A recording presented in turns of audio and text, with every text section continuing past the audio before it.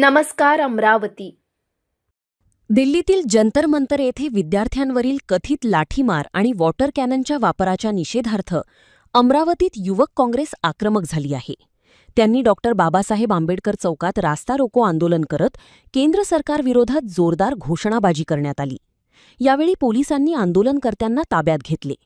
युवक काँग्रेसचे पदाधिकारी आणि कार्यकर्त्यांनी केंद्र सरकारविरोधात जोरदार घोषणाबाजी करत विद्यार्थ्यांवरील कथित दडपशाहीचा निषेध नोंदवला. विद्यार्थ्यांचा आवाज दाबण्याचा प्रयत्न लोकशाहीला घातक असल्याचा आरोप आंदोलनकर्त्यांनी केला.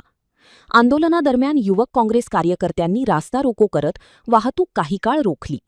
परिस्थिती नियंत्रणात ठेवण्यासाठी पोलिसांनी हस्तक्षेप करत आंदोलनकर्त्यांना ताब्यात घेतले.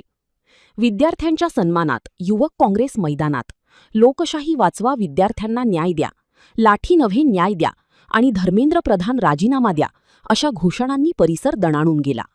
विद्यार्थ्यांच्या न्याय्य मागण्यांवर तातडीने सकारात्मक निर्णय घ्यावा अशी मागणी आंदोलनकर्त्यांनी केली.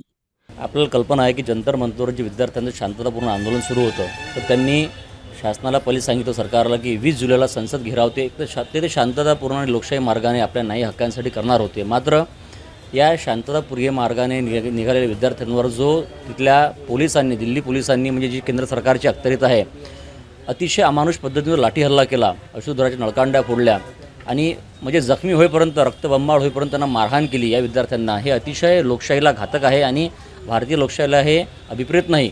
जे विद्यार्थी आपल्या न्याय मागत आहेत त्यांचं म्हणणंसुद्धा आहे सरकार ऐकून घेत नाही. धर्मेंद्र प्रधानचा राजीनामा त्यांनी दिला पाहिजे. नीटचे जे पेपरमध्ये पेपर फुटी झालेली आहे, जो मुद्दा राहुल गांधींनी संपूर्ण देशात उचललेला आहे, तर या देशात आज स्वतःचा मुद्दा उचलणे आणि सरकारला आपलं म्हणणे हे सुद्धा एक पाप झाला आहे का अशी भावना विद्यार्थ्यांच्या मनात निर्माण झाली आहे. तर जो हा अमानुष लाठी हल्ला केला आणि त्यात म्हणजे पोलिसांनी मारलं आहे ठीक, मात्र त्यामध्ये आपण बघितलं असेल की सिव्हिल ड्रेसमध्ये आणि अतिशय गुंड प्रवृत्तीचे लोक पोलिसाच्या नावाखाली विद्यार्थ्यांना मारहाण करत होते. तर हे शासन पुरस्कृत आहे असा आमचा आरोप आहे आणि याची उच्चस्तरीय चौकशी व्हावी, याचा राजीनामे घेतले जावे अधिकाऱ्यांचे. त्याचप्रमाणे गृहमंत्री याला जबाबदार आहे देशाची, कारण ही पोलीस फोर्स गृहमंत्र्याच्या अंडर आहे. तर त्यांनीसुद्धा एक स्टेटमेंट काढावं आणि आपलं म्हणणं सांगावं, या पोलिसांना कारवाई करावी ही आमची ठाम मागणी आहे आणि त्यांना हा सपोर्ट देण्यासाठी विद्यार्थ्यांच्या पाठीशी आमचे नेते उभे आहे. आम्हीसुद्धा युवक काँग्रेस, अमरावती शहरातील युवक काँग्रेस ठामपणे या युवकांच्या मागे उभे आहे. आमचा पाठिंबा दर्शवण्यासाठी आम्ही आज बाबासाहेब आंबेडकर चौकात तीव्र निदर्शने केली आणि हे निदर्शने करत असताना आम्ही रास्ता रोको करण्याचा प्रयत्न केला. तेव्हा इथल्या पोलिसांनी आम्हाला डिटेन करून आज इथे गाडगेनगर पोलीस ठाण्यात आणलेलं आहे. युवक काँग्रेसने आरोप केला की तरुणाईच्या प्रश्नांवर उत्तर देण्याऐवजी सरकार दडपशाहीचे धोरण अवलंबत आहे. विद्यार्थ्यांचा आवाज दाबण्याचा प्रत्येक प्रयत्न लोकशाही मूल्यांवर आघात करणारा असून विद्यार्थ्यांच्या हक्कांसाठी युवक काँग्रेस कायम संघर्ष करत राहील असा निर्धार यावेळी व्यक्त करण्यात आला. जंतर मंतर दिल्ली येथे जे विद्यार्थ्यांचं नीटच्या विरोधात आंदोलन चालू होतं ते शांततेच्या मार्गाने चालू होतं.